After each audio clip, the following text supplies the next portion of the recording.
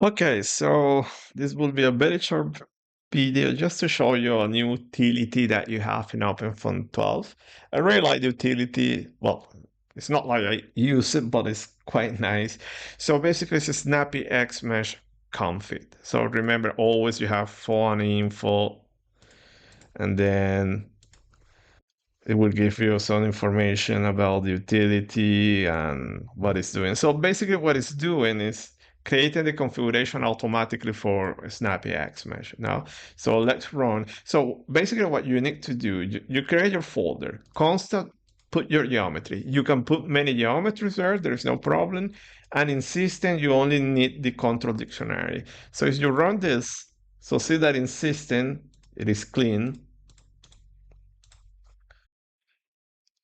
You run, see that it gives you some message. Okay, actually you can configure also the dimension of the box or rig the help in font info. But the cool is that it will create a font block mesh that now is fully parametrical. You can change it, the cells of spacings, everything. Okay, you have also the snappyHexMesh and mesh quality pre-configured for you, no, with the name of the surfaces, options, type wall, and everything. So at this point, you can set up your case.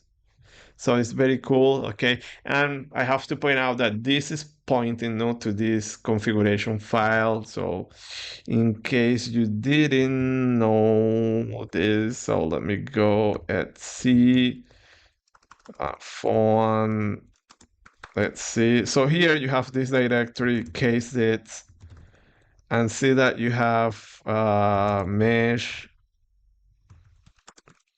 generation, and there this is pointing to snappyHexMeshConfig now. So let's see. So here you have pre-configured variables from the developer. So it's up to you to use this one or put something else.